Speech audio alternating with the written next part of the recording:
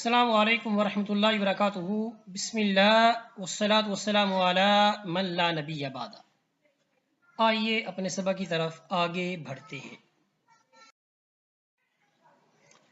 آج کا جو ہمارا سبق ہے، ہم سورۃ الانبیاء کی آیت نمبر 1 سے لے کر 10 تک اس کو ہم پڑھیں گے، سمجھیں گے۔ سورۃ الانبیاء یہ مکی سورت ہے اور اس کے رکوع کی تعداد جو ہے وہ 112 اور اس کے جو رکوع ہیں وہ ہیں 8۔ سورۃ الانبیاء یہ مکہ میں نازل ہوئی اور اس میں سابقہ انبیاء کرام کا کثرت سے تذکرہ ملتا ہے۔ کثرت انبیاء کے ذکر کی وجہ سے جو ہے اس سورت کو انبیاء کا نام دیا گیا ہے، اسی وجہ سے اس کو سورۃ الانبیاء بھی کہا جاتا ہے، کیونکہ اس میں سابقہ انبیاء کرام کا کثرت سے ذکر ملتا ہے، حتیٰ کہ 15 انبیاء کرام کے نام موجود ہیں اور کچھ کی صفات اور کچھ کے القابات۔ تو سابقہ انبیاء کرام کا تذکرہ اس وجہ سے کیا گیا تاکہ نبی کریم صلی اللہ تعالی علیہ وسلم کی نبوت کو ثابت کیا جا سکے۔ اور اس کے نام کی ایک وجہ یہ بھی بتائی گئی ہے کہ بھئی یہ جب سے نازل ہوئی تو اس کا نام انبیاء ہی ہے، اس کا کوئی اور نام معروف نہیں، حتیٰ کہ سیدنا عبداللہ بن مسعود رضی اللہ تعالی عنہ نے بھی اس کا نام الانبیاء ہی فرمایا ہے، کہا ہے۔ زمانہ نزول، یہ سورت اس زمانہ میں نازل ہوئی جس زمانہ میں مشرکین مکہ مسلمانوں پر ظلم و ستم کر رہے تھے۔ سورۃ الانبیاء کی فضیلت، نبی کریم صلی اللہ علیہ وسلم نے ارشاد فرمایا کہ بھئی یہ میرا قدیم مال اور قیمتی اثاثہ ہے۔ اس کے مضامین میں ابھی ذکر نہیں کروں گا، ہاں جو سبق ہم پڑھیں گے اس میں جو اس کا مضمون بنے گا اس کی آپ نکات خود سے لکھیں، اور جب ہمارا آخری سبق ہوگا تو پھر جو ہے وہ ہم اس کی تفصیلاً مضامین لکھیں گے۔ تو ابھی ساتھ ساتھ آپ جو ہیں وہ اس کے نکات لکھتے چلے جائیں۔ آج کے سبق میں جو چیز ہم پڑھیں گے یہ کچھ نکات میں نے آپ کے سامنے لکھے ہوئے ہیں، انہی نکات کی روشنی میں ہم ان آیات کریمہ 1 سے لے کر 10 تک کی آیات کو ہم پڑھیں گے، سمجھیں گے۔ تو آئیے مزید اپنے سبق کے قریب جاتے ہیں۔ بسم اللہ الرحمن الرحیم۔ اقترب للناس حسابهم وهم في غفلة معرضون ما يأتيهم من ذکر من ربهم محدث الا استمعوه وهم يلعبون۔ اچھا، پہلے ہم پڑھ لیں ترجمہ کہ لوگوں کے حساب کا وقت قریب آ گیا ہے۔ وهم في غفلة معرضون، اور وہ پھر بھی غفلت میں پڑھے ہوئے اعراض کر رہے ہیں۔ وهم في غفلة معرضون، اور وہ پھر بھی غفلت میں پڑے ہوئے اعراض کر رہے ہیں۔ ما يأتيهم من ذکر من ربهم محدث الا استمعوه وهم يلعبون، اور ان کی حالت اور ان کی کیفیت جو وہ اعراض کر رہے ہیں وہ کیا ہے کہ رب نے فرمایا کہ ان کے رب کے پاس ما یأتیہم من ذکر من ربہم محدث، ان کے رب کے پاس ان کی رب کی طرف سے جو بھی نئی نصیحت آتی، ان کے پاس ان کے رب کی طرف سے جو بھی نئی نصیحت آتی، الا استمعوہ وہم یلعبون، وہ اس کو کھیل کود کے مشغلہ میں ہی سنتے ہیں۔ یعنی حالت ان کی یہی ہے کہ وہ نہیں سنتے اس کو، کس کو؟ اس نصیحت کو جو ان کی طرف رب کی طرف سے آئی ہے، کی جا رہی ہے، اور حال ان کا یہ ہے کہ وہ کھیل کود میں مشغول ہیں۔ اب ان دو آیت کریمہ میں رب تعالیٰ کی ذات جو ہے وہ مجھے اور آپ کو بتا رہی ہے کہ اقترب للناس حسابهم، ان کے حصہ یعنی کہ قریب آ گیا ہے لوگوں کا، کیا کہ لوگوں کے حساب کا وقت کیا آ گیا ہے؟ قریب آ گیا ہے۔ ٹھیک ہے، یہ آیت کریمہ جب نازل ہوئی تو مکہ میں نازل ہوئی ہے، تو اس وقت جو مشرکین مکہ تھے ان کے لیے آیت کریمہ جو ہے یہ نازل ہوئی کہ رب تعالیٰ کی ذات جو ہے وہ نبی کریم صلی اللہ تعالیٰ علیہ وآلہ وسلم پر یہ آیت کریمہ نازل فرمائی کہ آپ جو ہے وہ لوگوں کو بتائیں کہ بھئی قیامت کا وقت قریب آ گیا ہے، اعمال کا حساب قریب ہے، اور آپ لوگ ابھی بھی اللہ سے نہیں ڈر رہے ہو، اللہ پر ایمان نہیں لا رہے ہو، اور حالت آپ کی یہ ہے کہ آپ ابھی بھی غفلت میں ہیں، غفلت میں پڑے ہوئے اعراض کر رہے ہیں، یعنی حق بات سے منہ پھیرے ہوئے ہیں۔ اگرچہ یہ بات جو ہے، یہ جو آیت ہے یہ خصوصیت کے ساتھ نازل ہوئی، لیکن اس کا معنی جو ہے وہ عام ہے، خواہ وہ مسلمان ہو یا غیر مسلمان۔ مسلمانوں کے لیے بھی یہی ہے کہ بھئی ان کے اعمال کا حساب قریب ہے، لوگوں کے حساب کا وقت قریب ہے، اور آج بھی جو ہے وہ کچھ مسلمان جو ہیں وہ ہمیں غفلت میں یعنی حق بات سے اعراض کیے ہوئے نظر آتے ہیں۔ آج آپ معاشرے میں دیکھ لیں کہ جو بھی شخص ہمیں ظلم و ستم کرتا ہوا نظر آتا ہے، جس بھی شکل میں ہے، جس بھی صورت میں ہے، جس بھی ملک میں ہے، اس کی وجہ صرف یہ ہے کہ اس کی آخرت سے بے رخی ہے، اس کا آخرت پر ایمان جو ہے، اگر تو مسلمان ہے تو وہ کمزور ہوا ہے، اور اگر وہ مسلمان نہیں ہے تو اس کا آخرت پر ایمان نہیں ہے، تو وہ کہتا ہے کہ بھئی میں نے کون سا آگے حساب دینا ہے۔ تو رب تعالیٰ کی ذات ان کو جھنجھوڑ کر کہہ رہی ہے کہ بھئی ان کے اعمال کا حساب قریب ہے، وَهُمْ فِي غَفْلَةٍ مُورِدُونَ، اور وہ غفلت میں پڑے ہوئے اعراض کر رہے ہیں۔ ٹھیک ہے، اور پھر جب ان کے پاس کوئی نصیحت کی جاتی ہے ان کے رب کی طرف سے، تو ان کے سننے کی کیفیت یہ ہوتی ہے کہ اس کو کھیل کود میں مشغول ہو کر سنتے ہیں۔ آج بھی بیٹا معاشرے میں کچھ لوگ آج بھی جب ان کو نئی بات، نئی حق کی بات بتائی جاتی ہے تو وہ بات جو بات کرنے والا ہے اس کی بات کا مذاق اڑاتے ہیں۔ ٹھیک ہے، یہ بھی معاشرے میں نعوذ باللہ فتنہ موجود ہے، علماء کا استہزاء۔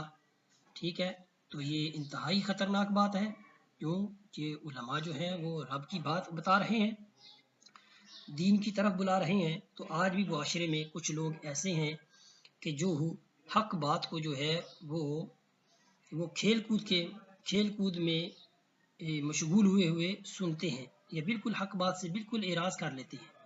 تو یہ ان کو ایسا نہیں کرنا ہوگا، ان کو آخرت پر ایمان لانا ہوگا اور رب کی طرف جھکنا ہوگا۔ ٹھیک ہے، یہ آیت کریمہ جو ہے یہ جھنجھوڑنے کے لیے ہیں کہ بھی آخرت قائم ہوگی، یہ نہ ہو کہ پھر آپ کو وقت نہ ملے، مہلت نہ ملے۔ اچھا، یہی جہاں پر یہ کافروں کا تذکرہ ہو رہا ہے، ٹھیک ہے، جیسے میں نے کہا کہ خصوصیت کے ساتھ یہ آیت کریمہ جو ہے وہ کافروں کے لیے نازل ہوئی، لیکن معنی اس کا عام ہے، مسلمانوں کے لیے بھی اس کا عام معنی جو ہے، عام معنی مفہوم موجود ہے۔ اس کے بعد پھر اگلی آیات ہم دیکھتے ہیں کہ کافروں نے جو ہے وہ نبی کریم صلی اللہ علیہ وسلم کی رسالت کا وہ انکار کرتے ہیں۔ آنے والی آیات اور اس کے بعد پھر ایک دو آیات آئیں گی جس میں انہوں نے مشرکین نے، کفار مکہ نے اعتراضات کیے۔ 6 اعتراضات آج کے سبق میں ہم پڑھیں گے، جن میں سے ایک تذکرہ یہ ہے کہ انہوں نے کہا کہ یہ بھی تو جو ہے وہ تمہاری ہی مثل بشر ہیں، یعنی یہ جو شخص ہیں یعنی نبی کریم صلی اللہ علیہ وسلم، یہ بھی کیا ہیں، یہ بھی تو تمہاری ہی مثل بشر ہیں۔ ٹھیک ہے، اس کے بعد پھر انہوں نے نعوذ باللہ ایک یہ بات کی کہ بھئی یہ تو جادوگر ہے، نعوذ باللہ من ذالک۔ ٹھیک ہے، آئیے اب ہم اس کو پہلے پڑھتے ہیں، اس آیت کا ترجمہ پڑھتے ہیں، پھر مزید اس پر گفتگو کرتے ہیں۔ لاہیتن قلوبہم، رب نے فرمایا کہ ان کے دل کھیل کود میں ہیں۔ لاہیتن قلوبہم، ان کے دل، کن کے دل؟ کافروں کے دل، کہ ان کے دل کھیل کود میں ہیں۔ وَأَسَرُّوا النَّجْوَى الَّذِينَ ظَلَمُوا، اور رب نے فرمایا اور ظالموں نے آپس میں یہ سرگوشی کی۔ کیا سرگوشی کی انہوں نے رسالت کا انکار کیا۔ کس طرح کیا؟ کہا هَلْ هَذَا إِلَّا بَشَرٌ مِثْلُكُمْ، یہ شخص تو تمہاری ہی مثل بشر ہے، یعنی یہ نہیں ہے مگر تمہاری مثل بشر۔ افتأتون السحر وانتم تبصرون، اور کیا تم جانتے بوجھتے جادوگر کے پاس جا رہے ہو۔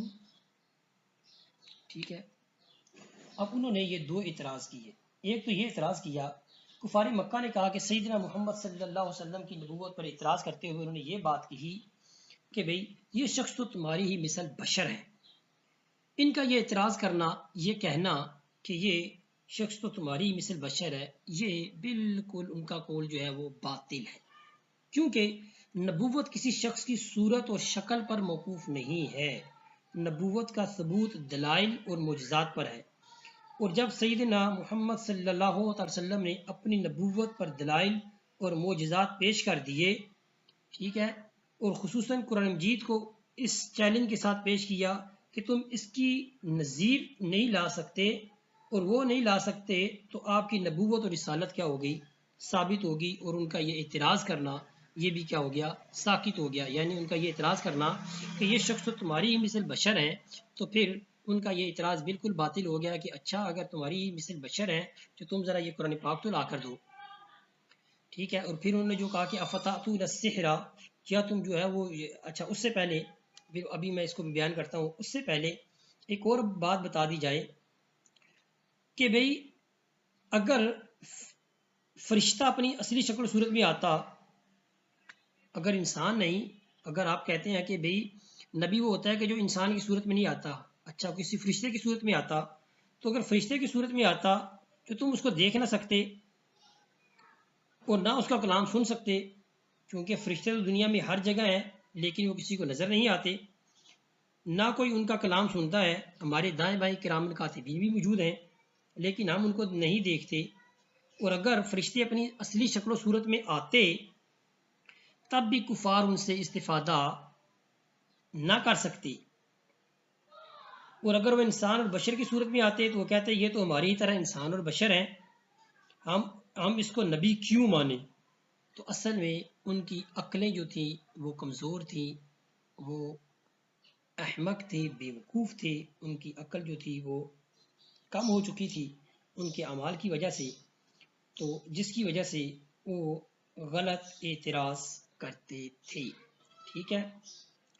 تو پھر آپ نے آگے فرمایا افتاتون السحر وانتم تبصرون، پھر کافروں نے کہا، اپنے جو کفار تھے انہی کو کہا کہ بھئی یہ شخص جو تمہاری ہی مثل ہے، ٹھیک ہے، جو تم اس کی طرف جانتے بوجھتے ہوئے جا رہے ہو وہ تو جادو کر رہا ہے، اچھا اگر جادو کر رہا ہے نعوذ باللہ من ذالک، تو پھر جو اس پر قرآن مجید نازل ہو رہا ہے تو تم ذرا اس کی مثل ایک ذرا لا کر تو دکھاؤ، قرآن کی مثل ہی لا کر دکھاؤ، ٹھیک ہے۔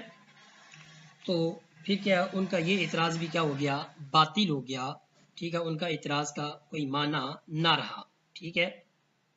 المختصر انہوں نے ان دو اعتراض کی بنا پر جو ہے وہ رسالت میں آپ جناب حضرت محمد مصطفیٰ صلی اللہ علیہ وسلم کا انکار کیا، لیکن ان کا جو انکار تھا وہ سطحی تھا، کسی دلیل پر مبنی نہیں تھا، بلکہ ان کا اعتراض جو ہے وہ خود بخود ہی باطل ہو گیا، جس طرح کہ میں نے ابھی آپ کو بتایا کہ بھئی نبوت وہ ہے وہ کس طرح جو ہے وہ ثابت ہوتی ہے، اور کس طرح جو ہے وہ اللہ تعالیٰ کی ذات جب کسی کو نبی بناتی ہے تو کس طرح اس کی مدد اور نصرت فرماتی ہے معجزات کے ذریعے، ٹھیک ہے، اور اس کو نئی شریعت نئی کتاب کی صورت میں۔ اچھا جی، آگے رب نے فرمایا قال ربی یعلم القول فی السماء والارض وهو السمیع العلیم، علم الہی کا احاطہ اور منکرین کو جواب، ٹھیک ہے۔ تو وحی کے ذریعے رب تعالیٰ نے نبی کریم صلی اللہ علیہ وسلم کو اس چیز سے آگاہی کر دی کہ ان کے کافرین جو تھے وہ کیا سرگوشیاں کر رہے تھے، تو نبی کریم صلی اللہ علیہ وسلم نے فرمایا قال ربی، نبی کریم صلی اللہ علیہ وسلم نے فرمایا میرا رب جانتا ہے جو بات کہی جاتی ہے، فی السماء والارض، آسمان میں اور زمین میں، یہاں پر علم الہی کا احاطہ کیا ہے کہ رب کی ذات ہر چیز کو جانتی ہے، ٹھیک ہے، وہ دلوں کے رازوں کو جانتی ہے، ان اللہ علیم بذات الصدور، بے شک کہ جو کچھ دلوں میں ہے رب کی ذات جانتی ہے۔ رب نے فرمایا اللہ یعلم خائنۃ الاعین، اللہ تعالیٰ آنکھوں کی جو خیانت ہے اس کو بھی جانتی ہے، وما تخفی صدور، اور جو کچھ سینوں میں پوشیدہ اس کو بھی رب تعالیٰ کی ذات جانتی ہے۔ تو یہاں پر نبی کریم صلی اللہ علیہ وسلم نے فرمایا قال ربی، تو نبی کریم صلی اللہ علیہ وسلم نے فرمایا کہ میرا رب جانتا ہے جو بات کہی جاتی ہے، فی السماء آسمان میں، والارض اور زمین میں، وہو السمیع العلیم، اور وہی ہر بات سننے والا سب کچھ جاننے والا ہے، ٹھیک ہے، یعنی تم جو کچھ بھی چھپ چھپ کر کہتے ہو تو میرے رب سے آپ کی کوئی بات بھی پوشیدہ نہیں ہے۔ منکرین کی ہٹ درمی اپنی جگہ برقرار رہی، ٹھیک ہے، اور پھر انہوں نے کچھ مطالبات کیے، ٹھیک ہے۔ ان کی ہٹ درمی اور ان کے جو اعتراضات تھے وہ سطحی تھے، ٹھیک ہے. پھر وہ کہنے لگے، پہلے انہوں نے دو اعتراضات کیے. کیا اعتراضات کیے تھے؟ ایک اعتراض یہ کیا تھا کہ بھئی یہ شخص تو تمہاری مثل بشر ہے، ٹھیک ہے. اور دوسرا اعتراض یہ کیا تھا کہ بھئی یہ تو نعوذ باللہ جادوگر ہے، تم جادوگر کے پاس جاتے ہو. اس کے بارے میں ہم نے پڑھ لیا. پھر انہوں نے کہا کہ بلکہ قالو انہوں نے کہا، کنہوں نے کہا؟ قالو انہوں نے کہا، کنہوں نے؟ کافروں نے کہا، ٹھیک ہے، نبی کریم صلی اللہ علیہ وسلم کے بارے میں. پھر انہوں نے کہا کہ بل قالو اضغاث احلام بل افتراہ بل هو شاعر، ٹھیک ہے. پھر انہوں نے نبی کریم صلی اللہ علیہ وسلم کے بارے میں فرمایا کہ بل قالو، بلکہ انہوں نے کہا کہ یہ پریشان خواب ہے، نہیں بلکہ اس نے خود گھڑا ہے اسے، نہیں بلکہ وہ شاعر ہے.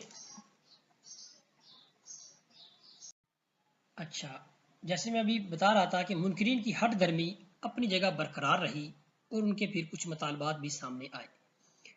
کیا کہا انہوں نے؟ بل قالو، بلکہ قالو انہوں نے کہا، کنہوں نے؟ منکرین نے یعنی کافروں نے کہا کہ اضغاث احلام، یہ قرآن پریشان خوابوں کا بیان ہے. یعنی انہوں نے پھر قرآن کے بارے میں یہ کہا کہ یہ تو پریشان خواب ہیں. بل افتراہ بل ہوا شاعر، بلکہ اس کو انہوں نے خود گھڑ لیا ہے، بلکہ یہ شاعر ہے، نعوذ باللہ من ذالک. انہوں نے قرآن کے بارے میں کہا کہ یہ تو بھئی پریشان خواب ہے، ٹھیک ہے، یا انہوں نے اپنی طرف سے اس کو گھڑ لیا ہے، بلکہ یہ کیا ہے؟ یہ تو شاعر ہے. اچھا، پھر ان کا مطالبہ کیا آیا کافروں کا؟ فَلْيَأْتِنَا بِآيَةٍ كَمَا أُرْسِلَ الْأَوَّلُونَ. بس مطالبہ کیا ہے؟ فَلْيَأْتِنَا، تو لے آئے آپ ہمارے پاس کوئی نشانی جس طرح بھیجے گئے تھے پہلے انبیاء. یعنی آپ ہمیں کوئی معجزہ دکھائیں، ٹھیک ہے، نہ آپ کے ہاتھ میں عصا ہے، نہ آپ کے ہاتھ میں ید بیضا ہے جس طرح کہ پہلے نبیوں کو دیا گیا ہے. تو آپ اگر نبی ہیں، ٹھیک ہے، تو پھر آپ بھی ہمیں کوئی معجزہ دکھائیں ہمیں اپنی نبوت کو قائل کرنے کے لیے. تو اس طرح کی انہوں نے باتیں کی. اچھا، پھر وہ کیا کہتے ہیں کہ فَلْيَأْتِنَا بِآيَةٍ كَمَا أُرْسِلَ الْأَوَّلُونَ، ٹھیک ہے، تو لے آئے آپ ہمارے پاس کوئی نشانی جس طرح بھیجے گئے تھے پہلے انبیاء کرام، ٹھیک ہے. اب یہاں پر تین چیزیں آ گئی. ایک تو کہا کہ بھئی یہ قرآن پریشان خواب ہے، یعنی نعوذ باللہ من ذالک آپ خواب دیکھتے ہیں اور صبح لوگوں کو بیان کرتے ہیں. پھر وہ کہتے ہیں کہ بھئی یہ جو آپ باتیں کرتے ہیں، کیا باتیں کرتے ہیں؟ کہ بھئی مرنے کے بعد دوبارہ زندہ کیے جانا ہے، لوگوں کے حساب و کتاب ہوگا، ٹھیک ہے، میزان قائم ہوگا، پھر مومنوں کے لیے جنت کی بشارت ہے، اور جنت میں دودھ، شہد اور شراب کے دریاؤں کا اور حوروں کا غلمان اور محلات کا ذکر ہے. وہ کافروں کو جب یہ ساری چیزیں بتائی جاتی تھی تو وہ کہتے تھے کہ بھئی یہ خام خیالیاں ہیں، ٹھیک ہے، یہ تصورات ہیں.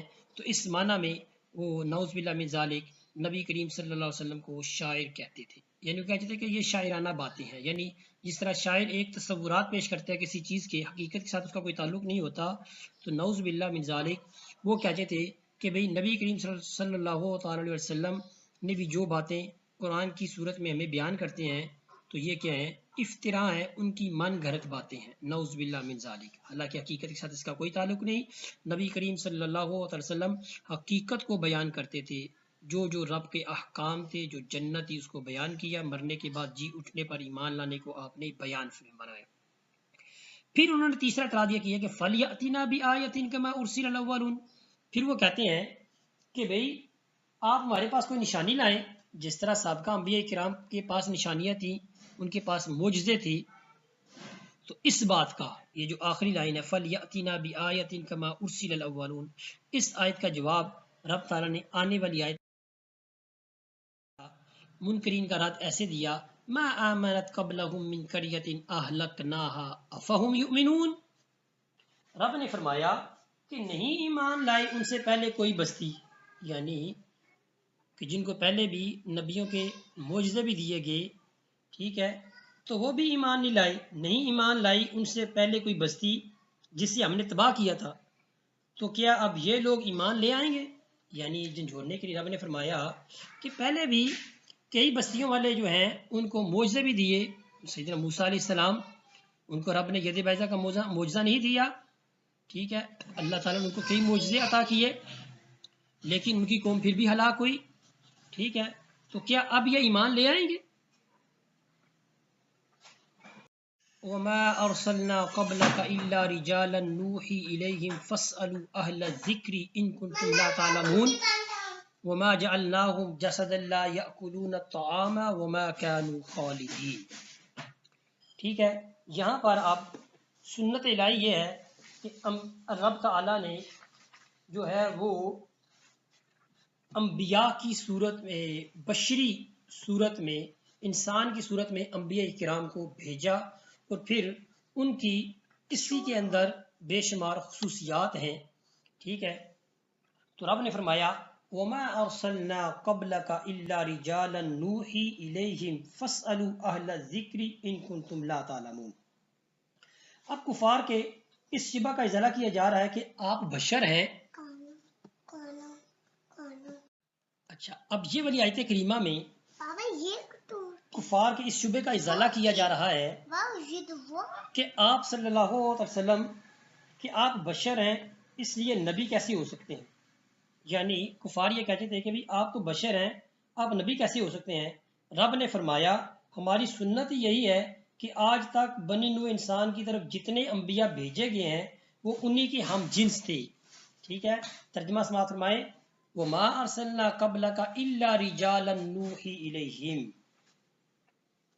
اور نئی رسول بنا کر بھیجا ہم نے اے حبیب آپ سے پہلے مگر مردوں کو، یعنی جتنے بھی نبی آئے وہ سب کے کیا آئے؟ سب کے سب مرد آئے، ٹھیک ہے، انسان کی صورت میں آئے، ٹھیک ہے. کیونکہ افہام و تفہیم کا مقصد اسی طرح پورا ہو سکتا ہے، کیونکہ وہ انہی کی ہم جنس تھے، یعنی وہ بھی انسان تھے، ٹھیک ہے، اور سب لوگ انسان تھے، تو ہم جنس ہی جو ہے وہ افہام و تفہیم کا مقصد جو ہے وہ پورا ہو سکتا ہے.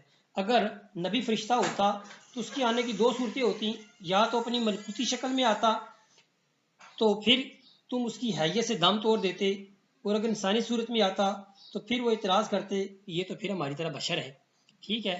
تو رب نے فرمایا کہ نہیں بھیجا ہم نے، اور نئی رسول بنا کر بھیجا ہم نے اے حبیب آپ سے پہلے مگر مردوں کو، اور ہم نے وہی بھیجی ان کی طرف. فاسألوا اہل الذکر، پس اے منکرو پوچھو اہل علم سے اگر تم حقیقت حال کو نہیں جانتے.